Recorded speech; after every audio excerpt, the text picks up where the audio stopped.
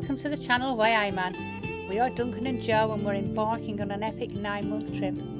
We are currently exploring the fantastic country of Morocco.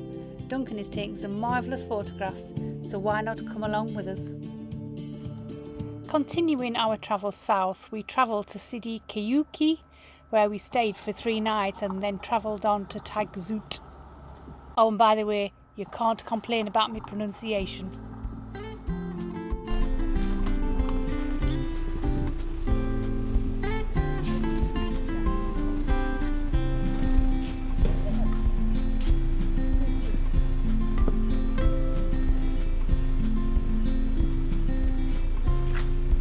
The site itself was in the process of being renovated when we visited, and as we arrived late on the first day we ended up in an overspill area.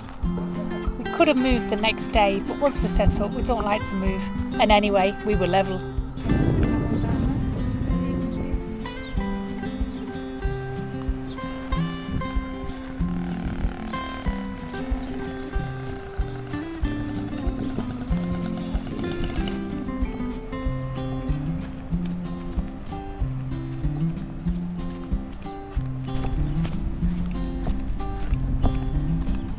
So there's quite a few motorhomes up there. I don't know whether they've been wild camping. It doesn't seem half as many as what there was when we came past yesterday. So whether they've been moved on and they've just come back today, I really couldn't say.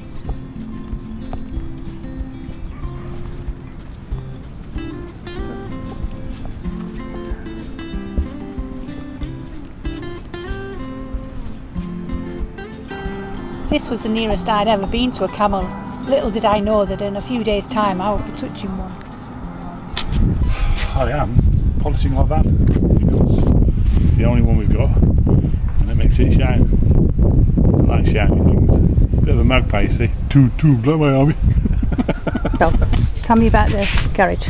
Right, as you know, we had a problem with the van yesterday. We actually, it was when we were approaching the place that we went to at the campsite because the road was horrendous.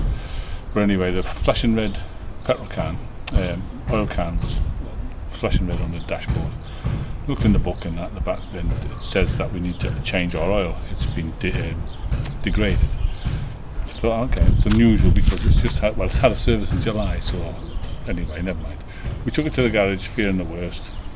Got to them, they put runner diagnostics on it and told us that we weren't getting enough pressure in our oil pump, so we need a new oil pump.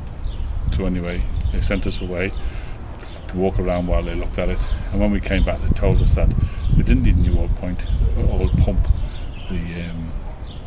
The oil was degraded, it was like a sludge almost, so they've taken it out, cleaned it all out, flushed the system, put in new oil, new filter, cleaned out the oil filter, the oil pump, put it back together again, and it's working a treat by all accounts. But certainly got us here, no problem at all. There's no adverse effects on the vehicle at all. So that's it really. We believe that's it done now. Cost was 150 euros, so it was 1500 dirhams. 1500 dirhams. And it was it 1600? Might have been 1600 dirhams. It was, because there's a bit of tip in there, wasn't there, as well? But it was 1600 dirhams. And I think it was something like 820 of those dirhams was for the parts. That's 82 quid. When he first showed me that price, I thought, here we go, bargain, love that. And then he told me that he had on the labour. So it took it to 15 something with that, I can't remember. But we'll give him 1600 dirhams anyway. And then we were on our way. Very nice indeed.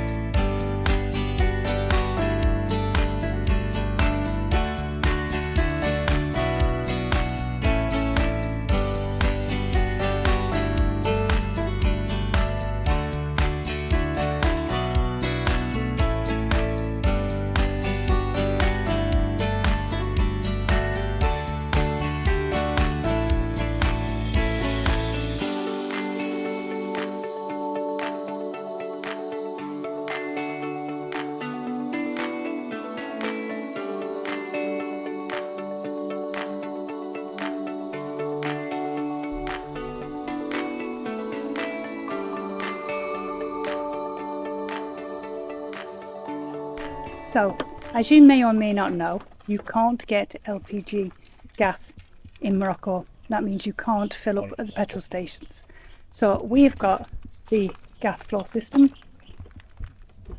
Gas flow system fixed it.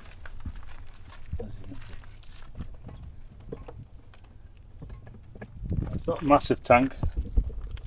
What we tend to do is use that one, and then when we run out, we go onto that one, and then we know we've got at least a minimum of a week's worth of gas there.